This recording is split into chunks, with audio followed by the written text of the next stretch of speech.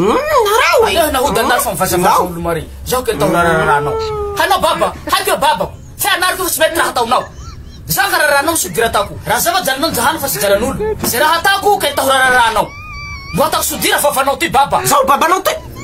Kapwa ko ani ha. Zao tuno no baba nani. Kala fatanes mahis Ni se fois vieto lenga ko hande sinjosian fa si sanu kanau ti. Ya sa ku tsanu to yo chi hare ulu lumana kanau hinani. Hawe jalan ulang tanau to lan no rai. Ki vale minau.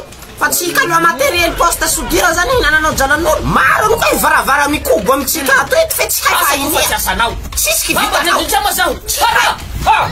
I know it. Lanja ko mana ba ko ngwa la simat tiasa urasta la baba vingan ani. Ni harava von yentam ko. Sis vara ni. So ka sagangan na rewo na ro na marasteu. Patamba mbudu na rotula zone na rewaz. Minga ko ditia. So ka research no va.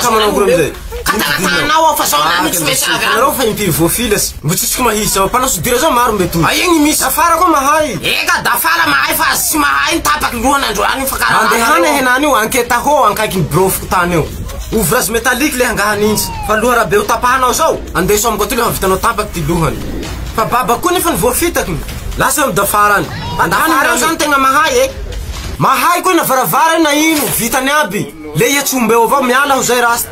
Ho antsika toliara laha mila technicien ouvrage métallique. Mandehana amin'ny dafara. Surtout ho antsika hanao porte, fenêtre, grille de protection, portail, véranda, ferme métallique, meuble, escalier. Pourquoi zan sa danatsika dafara? Dafara mahamiasa. Dafara makas vitsa tsy vita. Toerana hitantsika azy. Anketa ho, anil brof kutaneo. Afaka mandefa faritra avao koa anjozy livraison tolaire gratuit. Décoration manidiny moa fa tsy serese. Numéro téléphone azaho anjozy na misy WhatsApp avao koa. 034 85 676 71. Miala. Ya brasta fa tsisy sola mila misoatsy maro vola miaro loha fa tsy mihola